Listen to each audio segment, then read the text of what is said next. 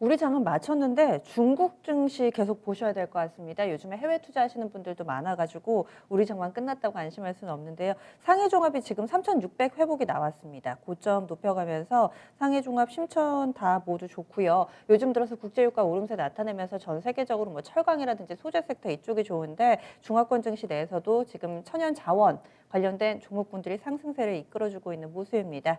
우리 증시 상황을 좀 보면 약간은 좀 부럽기는 하네요.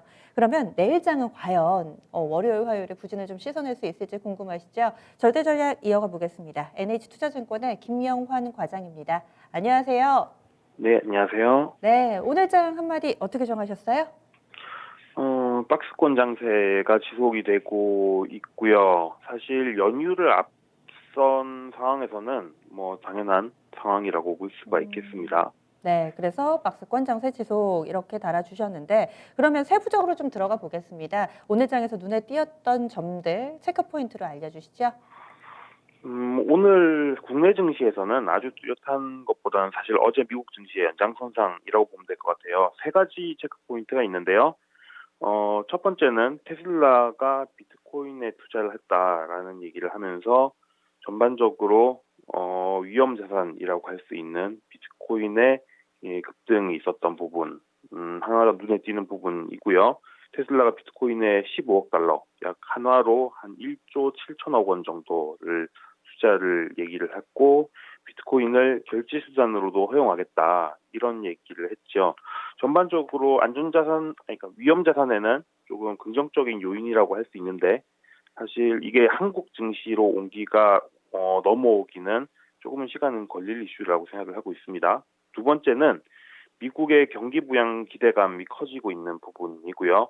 미국 하원에서는 1.9조 달러 규모의 부양책이 통과가 됐고 이거를 당초에는 3월 15일을 협상 기간을 두고 이 협상을 계속 해 나가겠다라는 얘기를 한 상황인데 어젯밤에 바이든 대통령이 만약에 공화당이 계속해서 반대를 하는 경우에는 강행 통과도 할 수 있다 이런 얘기를 하면서 경기 부양 기대감을 좀 끌어올렸습니다. 한국 입장에서도 이런 부분은 하단을 좀 튼튼하게 만들어주는 요인은 맞는 것 같아요. 다만 실제로 증시가 박스권을 뚫고 올라가는 시점은 실제 부양책이 통과된 이후가 될 거라는 점에서는 당장 한 1, 2주 안에 무언가 가시적인 효과가 나오기를 기대하기는 조금 어려워서 박스권을 좀 지속 만들시킬 요인이라고 생각이 되고요.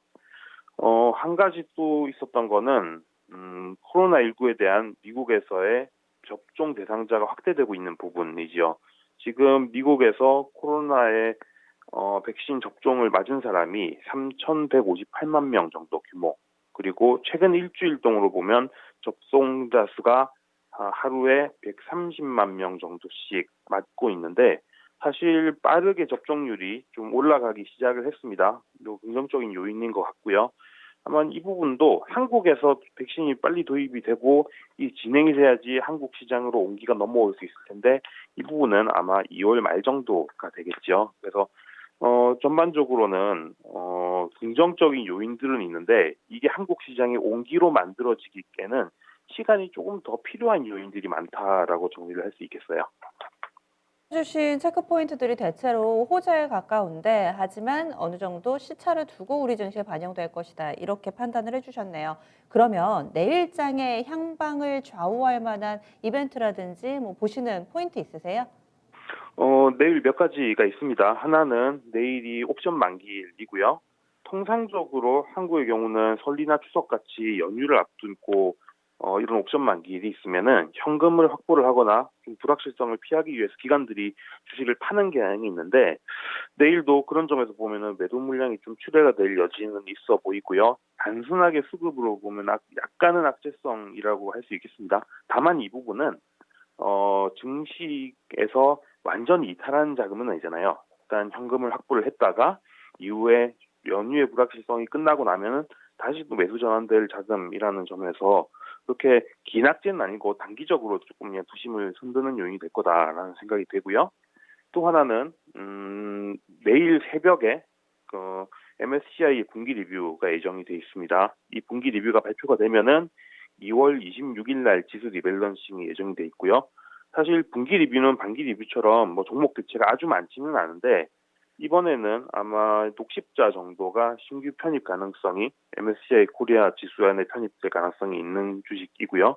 보통 이런 MSCI 구성 종목 변경 이슈가 있으면은 그 리뷰일, 그러니까 내일이 되겠죠. 내일 매수를 하고 리밸런싱일, 이번에는 2월 26일일 텐데 이때 매도를 하면은 평균적으로 이런 전략을 써오면은 뭐 장기적으로 2007년 이후에 쭉 과거에 있었던 데이터들을 모아보면은 평균적으로 한 5% 정도는 수익을 줍니다. 그러니까 한 달이 안 되는 기간 동안 5%면은 뭐 굉장히 괜찮은 투자 전략이라고 할 수 있을 것 같아요.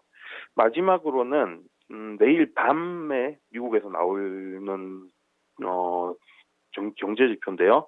이번 주는 사실 경제 지표는 많지는 않고요.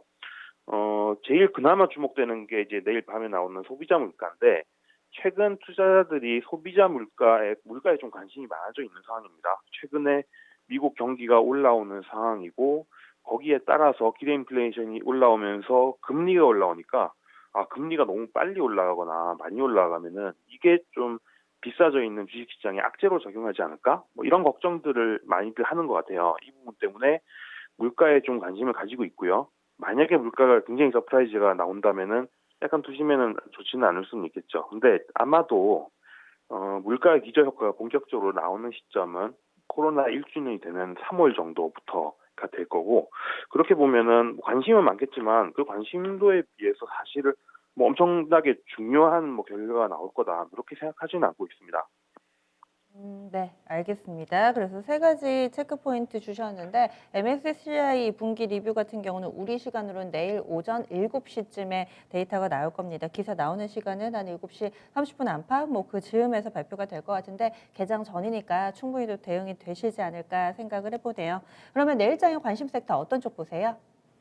저희는 모빌리티 주식과 내수 서비스 주식들에 대해서 긍정적으로 보고 있고요. 네. 최근에 이제 뭐 애플카 이슈 때문에 모빌리티 주식들이 되게 많이 흔들리고 이런 부분들이 있었는데, 실제로는 이런 뭐 종류의 전기차 분야의 신성장 분야 동력 이런 거를 감안하지 않더라도 실적과 신차만 보더라도 현재 주가 정도는 충분히 설명을 할 수 있는 주가 수준이라고 보고 있어요. 그래서 여기에 전기차 분야의 성장성이라는 거는 반드시 애플카가 나오지 않더라도 한국에서도 이제 현대차의 뭐 전기차 라인업 같은 것들이 시작이 되니까 이런 부분을 보면은 여전히 매력적인 섹터 아닌가, 이런 조정이 나왔을 때가 오히려 좀 매수 기회로 삼아야 되는 시점이다, 이렇게 생각을 하고 있고요.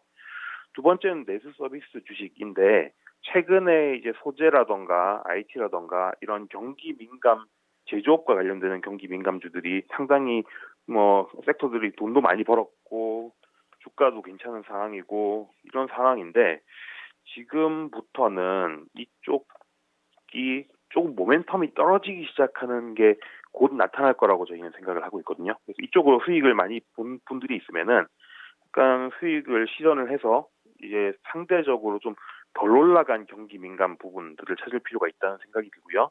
한국에서는 그 부분이 좀 내수 서비스, 예를 들면 유통이라던가 뭐 의류라던가 화장품이라던가 이런 쪽 주식들이 아닌가라는 생각도 들고, 한편으로는 설 연휴가 지나고 나면은 한국에서도 코로나19 백신이 최초 도입이 됩니다. 이 부분이 아마 내수주들의 조금 투심을 끌어올리는 요인이 되지 않을까 생각하고 있습니다. 그러면 섹터까지 들어봤습니다. 모빌리티 여전히 볼만한 섹터다. 그리고 또 오늘 롯데 쇼핑이라든지 이런 종목군도 실적 좋아서 잘 갔는데 앞으로도 계속 눈여겨봐야겠네요. 그럼 절대 전략 그럼 총정리해 주시죠. 네, 지수는 그 전반적으로 긍정적인 요인은 있지만 온기가 뭐 본격적으로 넘어오기까지는 시간은 조금 걸릴 거라고 생각을 하고 있고요. 그래서 저는 상승 동력의 축적 기간이다, 이렇게 말씀드리고 싶고, 좀 길게 보고 우량주를 사모아 두면은 조금 시간이 걸리겠지만은 뒤에는 상당히 좋은 성과들을 만들어줄 주식들을 찾을 수 있다, 이렇게 정리드리고 싶습니다. 멀리 뛰기 위해서 에너지를 응축하는 기간이다. 이렇게 표현해 주셨네요. 알겠습니다. 기억할게요. 오늘 말씀 고맙습니다. 네, 감사합니다. 네, NH투자증권의 김영환 과장 이야기 함께 해봤습니다.